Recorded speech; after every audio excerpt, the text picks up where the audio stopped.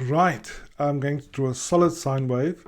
So let's take the previous drawing and copy it and paste it. And I want to change the name to my third drawing. Okay, open it up. So last time we used point to draw the sine wave, but this time I want to use solid lines. So the first thing I'm going to do is make the pen radius much smaller because I want to see the line. Ooh, wrong place. I want to see the line, so 005. Then I'm going to introduce two double variables, x0 and y0, and they will store the starting point for each line segment. So it's going to be a lot of small little lines starting from x0, y0 and moving to the next point on the line.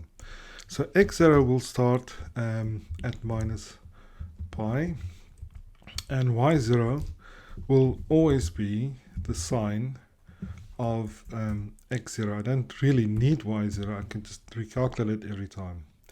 So I'm still going to have x that starts at minus pi and moves to positive pi, and I'm still going to increment it by 0.1, but instead of drawing a point, I'm going to draw a line from x0, y0 to my new point, x sine of x.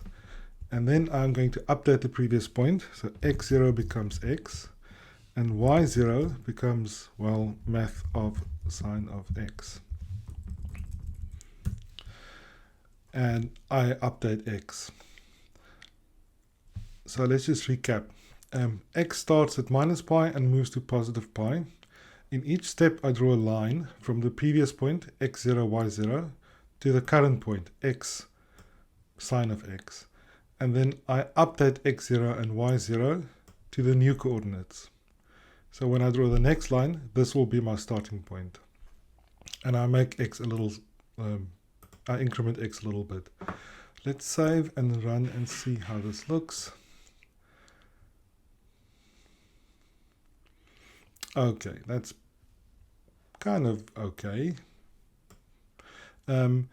Just to illustrate this perfectly, if I make this 0.5, x is increased by 0.5 every time, and we run it again, we can clearly see that the sine curve is made out of these separate lines. Good.